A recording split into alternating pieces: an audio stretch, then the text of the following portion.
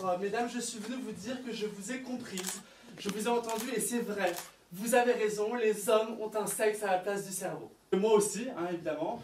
Mais moi, c'est très différent. C'est pas un pénis que j'ai à la place du cerveau. Moi, c'est une énorme chatte. Quand je suis pas content, je boude, tout en affirmant que tout va bien. Je retourne constamment les situations en ma faveur. Quand j'envoie un texto à un mec qui me plaît, je le fais toujours vérifier par mes 10 copines les plus proches. Et j'ai un gros faible, mais gros, pour les situations compliquées. Voilà. Ou pour les situations simples, hein, mais facilement complicables. Voilà. Autant vous dire que quand je me suis mis en tête de rencontrer un mec, j'ai pas fait les choses à moitié. Hein. Alors déjà, il fallait qu'il soit beau, évidemment, mais pas d'une beauté ordinaire. Un mec beau, mais avec une faille. Bon, pas une faille à la Ribéry non plus, hein. Qui s'habille bien, et qu'il ne le fasse pas exprès. Attentionné, mais indépendant. Accessible, mais indomptable. Viril, mais dans les yeux duquel tu sens que lui aussi, il a été un enfant. Alors évidemment, le gros plus serait qu'il ait beaucoup d'argent, mais qu'il sache rester simple. Non, il faudrait pas qu'il ait gagné au loto parce que ça c'est vulgaire. Non, mais il pourrait très bien avoir hérité de son père qui serait mort dans un grave accident. Ça serait riche mais hypersensible. Alors naturellement, je ne pensais pas pouvoir mettre la main tout de suite dessus. Hein. Il paraît que je ne suis pas tout seul sur le créneau ours sauvage à apprivoiser à tout prix. Et pourtant, je l'ai rencontré. Si. À une soirée. Il était seul, j'étais seul. Il m'a regardé, je l'ai regardé.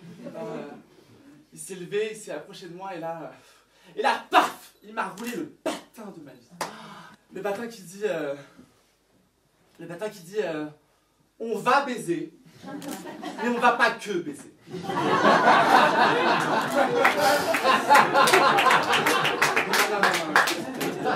Le patin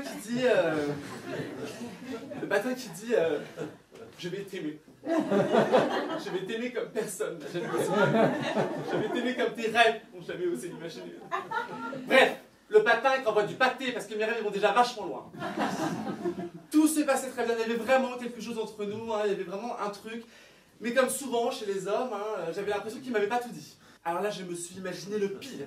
Si ça se trouve, il est père de famille, si ça se trouve, il est marié, si ça se trouve, il s'habille chez Delareine. Et en fait, pas du tout. En fait, pas du tout. En fait, c'est trop mignon.